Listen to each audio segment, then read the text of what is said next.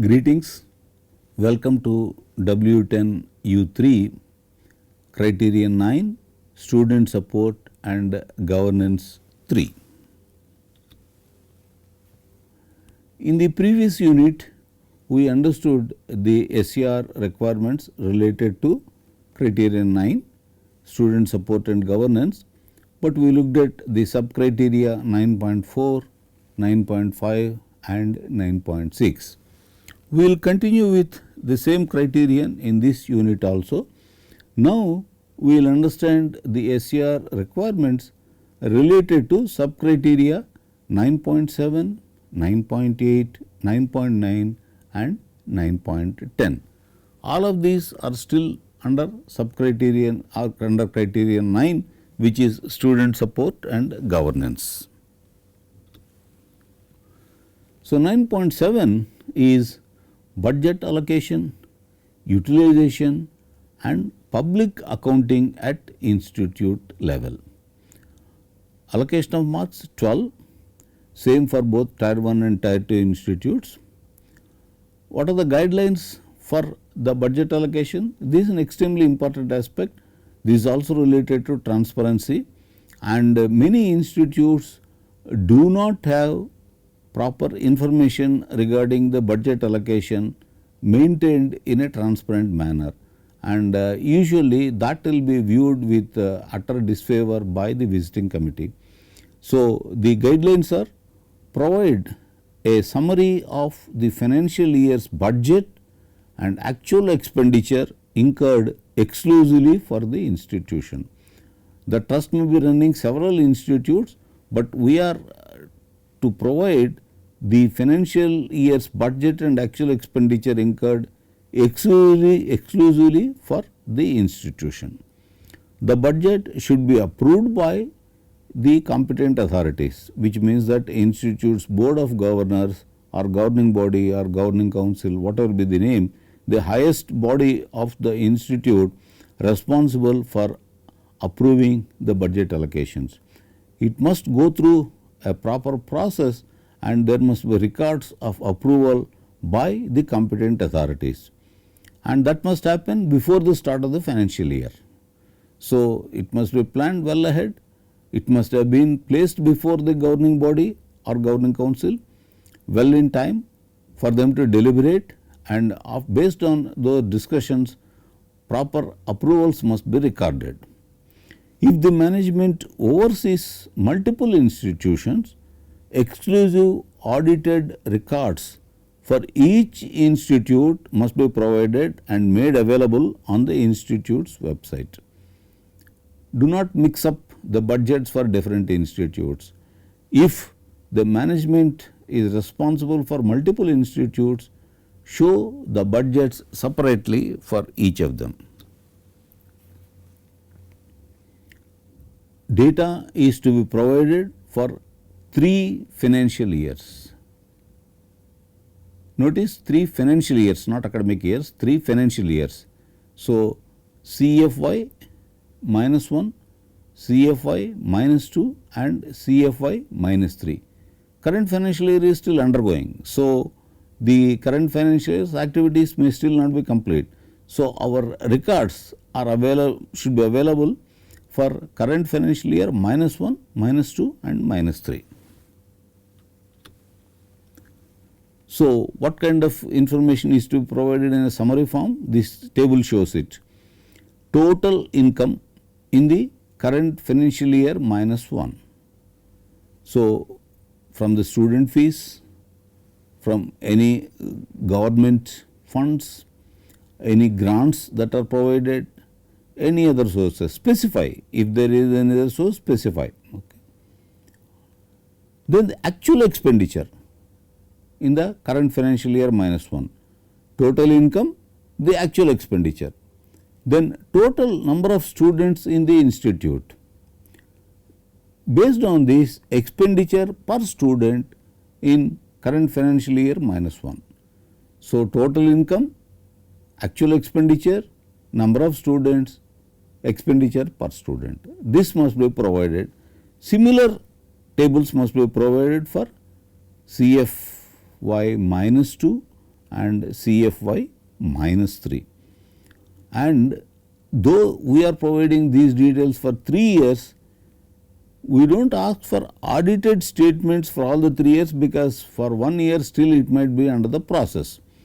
So, it is important to note that the audited statements are required to be uploaded on the website for CFY minus 2 and CFY minus 3, because CFY minus 1 still might be under preparation. So, it is important to note that audited statements are to be uploaded on the institute website only for 2 financial years, CFY minus 2 and CFY minus 3. Of course, if it is also available for minus 1, that can be uploaded, but it is required that CFY minus 2 and CFY minus 3, their audited statements are uploaded on the website. Then budget and actual expenditure incurred at the institute level. So, budgeted in the current financial year, actual expenses in the current financial year, budgeted in current financial year minus 1, actual in current financial year minus 1. Similarly, budgeted in current financial year minus 2, actual expenses in current financial year minus 2. Then budgeted in minus 3, CFY minus 3, and actual in CFY minus 3. The detailed breakup under different heads must be done carefully. So, infrastructure built up, library, laboratory equipment, teaching and non-teaching staff salary, outreach programs, R&D, training and placement, industry linkages, sustainable development goals, entrepreneurship. This is only a sample list. The auditors along with the managements will figure out what are the heads under which they need to show all these things, and what are the heads under which they are actually incurring the expenditures, and based on that they have to indicate these details. And if you say simply others, that is not accepted. Usually you must specify what those others are, and avoid vague heads like miscellaneous and then put a large amount there like 10 crores. So, trying to put a very large amount under a vague head like miscellaneous is a bad practice. Give the details. So, items must be mentioned, that is very important.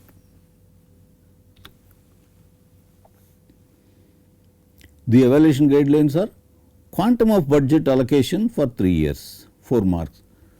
It is a subjective judgment of the institute based on what is the planned budget, expenditure, how many students are there. So, per student what has been the expenditure, based on that whether the quantum of budget allocation is adequate in all the 3 years that they are considering. So, the visiting committee expects adequate budget for providing quality services. So, it is a subjective judgment of the institute, and based on that it awards marks out of 4. So, budget formulation, finalization, approval process and utilization, all these things will be examined, not only the actual amount, but the process through which this entire activity goes off. Then budget utilization for 3 years, 6 marks. Then availability of audited statements on the institute website, that is 2 marks. This is extremely important. Only 2 marks are there. Notice that this is considered as an extremely important aspect of transparency by the visiting team. So, do not look at it as 2 marks. Do not look at it as just losing 2 marks or gaining 2 marks. It is absolutely essential to demonstrate the transparency in administration that the audited statements are available on the institute website. Do not look at the marks. It is extremely important criterion. Then a document indicating the process of budget formulation, finalization and approval should be available. You must have a process. How is the budget formulated? How are the various resource requirements estimated? How are the departments supposed to indicate their requirements to the main authorities? Then how are the central facilities requirements understood, like library, first year laboratories, workshops, how are their requirements calculated. So, the entire process must be very clear. The budget should not include inappropriate provisions for some items. As I mentioned, unreasonably small amount for travel support for conferences, it does not make any sense. Similarly, unreasonably large amounts under vague heads, like as I said, miscellaneous. Avoid these kinds of blips in the budget statements. They all should be reasonable and they should be well prepared. Then records of approval and actual expenditures must be available, verified by SCA. Then that is at the institute level. 9.8 is program specific budget allocation and utilization. So, this is at the program level. Though institute level information is the major chunk of criterion 9 and the marks are allocated by the chairperson of the visiting team for the entire institute for criterion 9, there are exceptions. 9.8 is program specific. So, the marks allocated under 9.8 become the domain of the expert committee, the experts visiting the program also, not only the chairperson. So, they all discuss and then give the marks. So, the marks under 9.8 are program specific, though 9 itself is institute specific.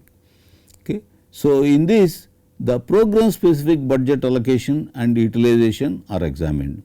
So, allocation of marks 8, same for both tier 1 and tier 2 institute, and the total budget at program level for 3 years, current financial year -1, -2 and -3. Okay. That information needs to be provided. So, this is the table that needs to be provided, summary of budget and actual expenditure incurred at the program level. So, total budget in current financial year -1, demanded, actual allocated, that is what was the requirement stated by the department for its program and submitted to the management. So, demanded. Then how much was actually sanctioned? Institute will sanction amounts based on its institute level vision, resources, constraints, demands of various heads. So, based on that, what was the actual amount allocated to the program?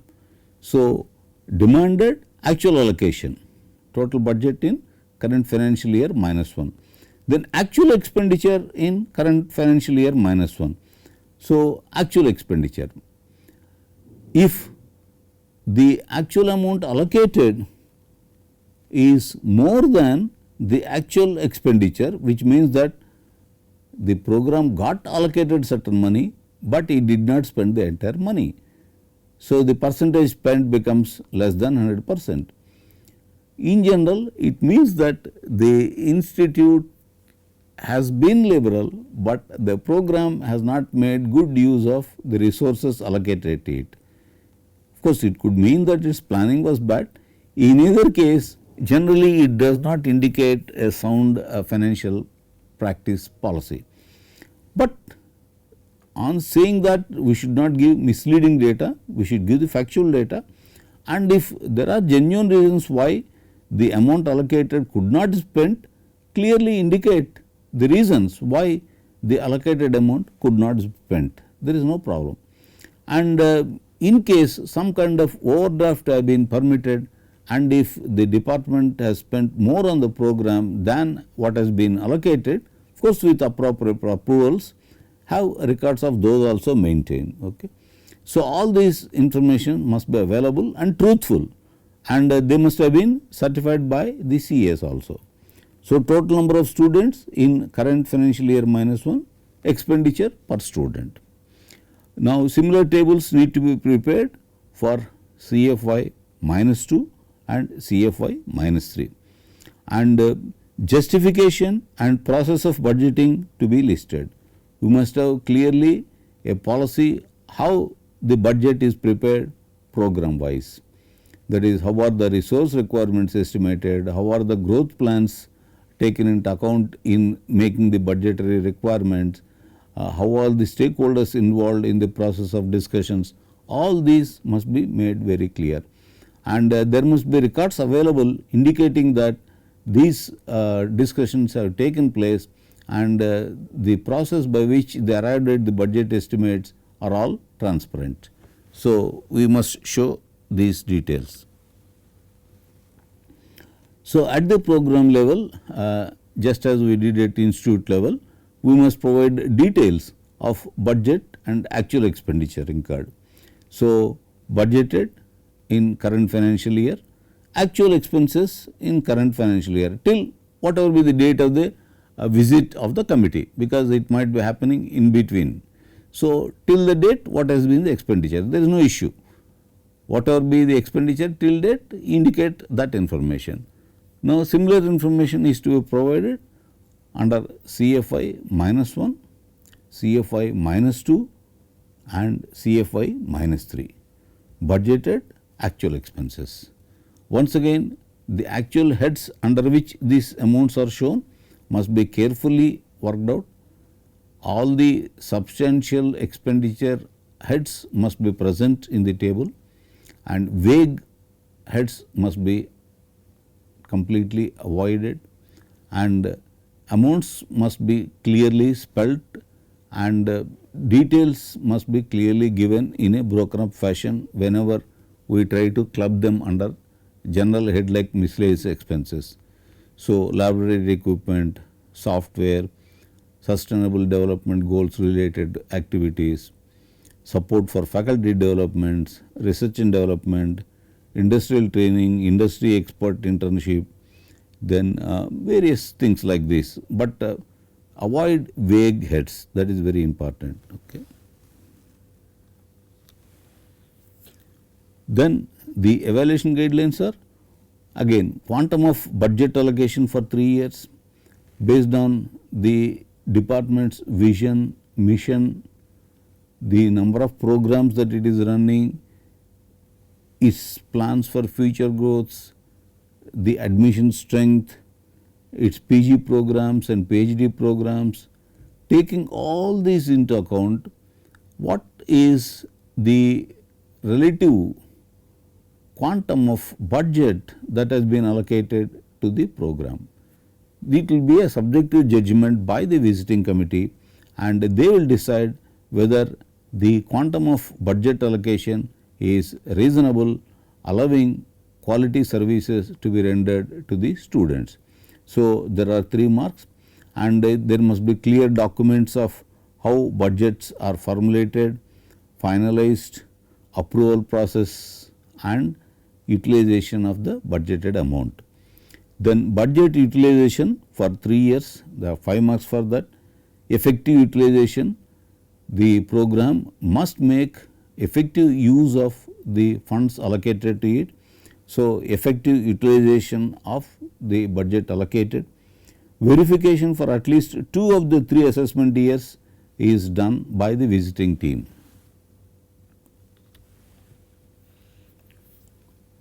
Suggested guidelines are similar to the ones for institute level budget, because this is basically related to financial discipline.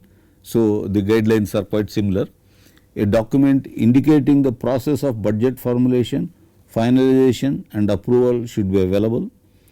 Records of requests, approvals and actual expenditures verified by a CA, they must be available. Preparation of the program specific budget proposal and its submission to competent authorities as per the written process, it must exist. That is, the program specific budget must be prepared. These proposals must be submitted for approval to proper authorities as per a given process, and a formal response must come from the management indicating what was the amount demanded for the program and what was the amount actually granted. All this must be available as formal documents. Okay. So, a formal response indicating the actual sanction of the budget to the program, records of actual expenditure etc. must be available. Then quality of learning resources, subcriterion 9.9, budget is over. So, 9.9 is quality of learning resources, both hard copies as well as soft copies.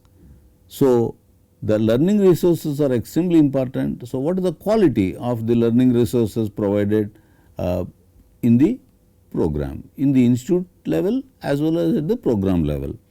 So, allocation of marks 5, same for both tier 1 and tier 2 institutes.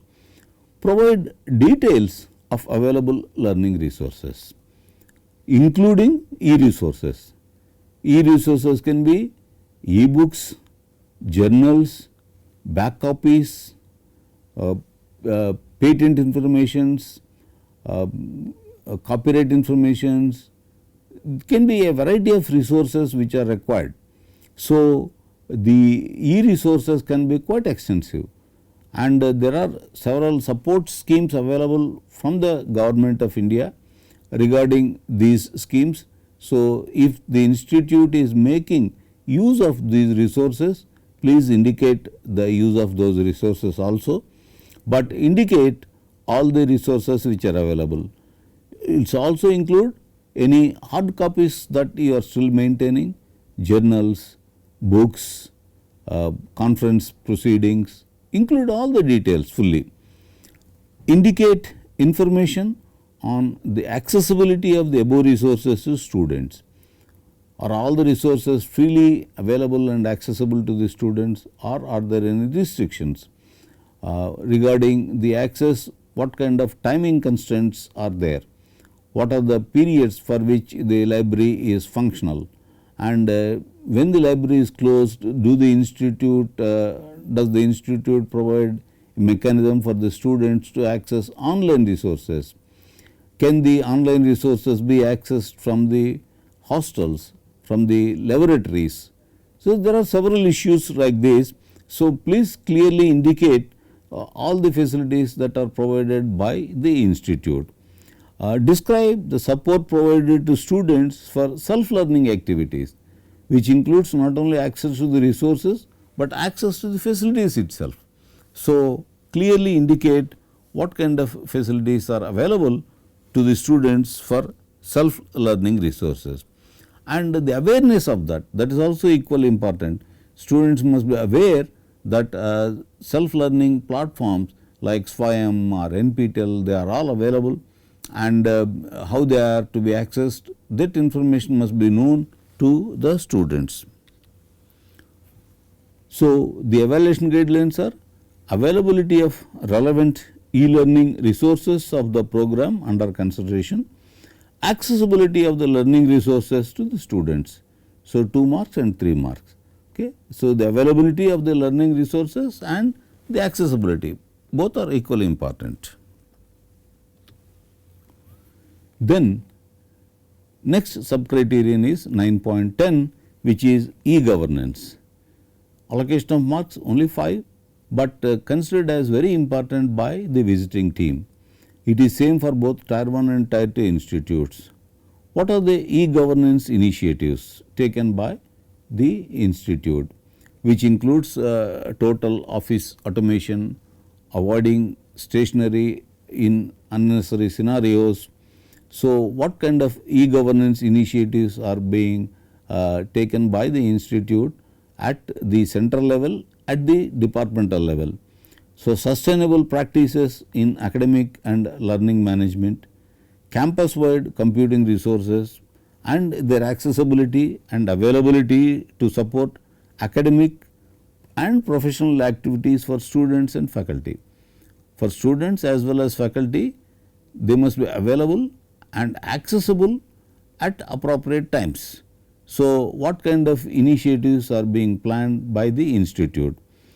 Exhibits and context to observed and assessed, e-governance initiatives, example extent of office automation, purchases, interdepartmental communications, all these things, to what extent it has become automated, the processes have become automated.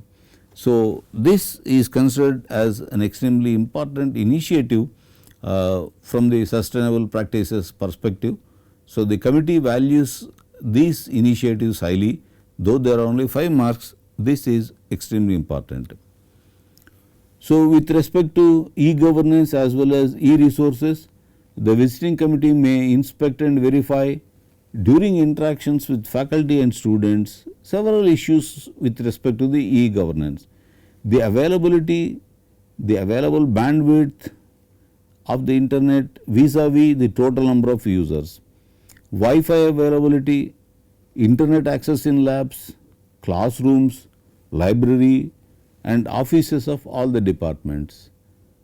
So, it may physically examine, it may interact with the stakeholders, it may seek their feedback. Several ways they will try to assess what is the extent of resources which are available. Then security mechanisms, there must be a clear document on the security mechanisms indicating the hierarchy of decision making, because whenever one uses internet there are security issues regarding the access to certain websites, regarding the blocking of certain websites, regarding the installation of firewalls, regarding the security protocols to be followed. Regarding all these things there are several issues. So, there must be a clear line of authority indicating how these mechanisms need to be formulated and implemented, and responding to the needs of the users. All these things need to be clearly spelled out, which means that there must be clear, unambiguous, recorded policies regarding the security mechanisms. So, that completes our discussion of the 3 sub criteria of 9.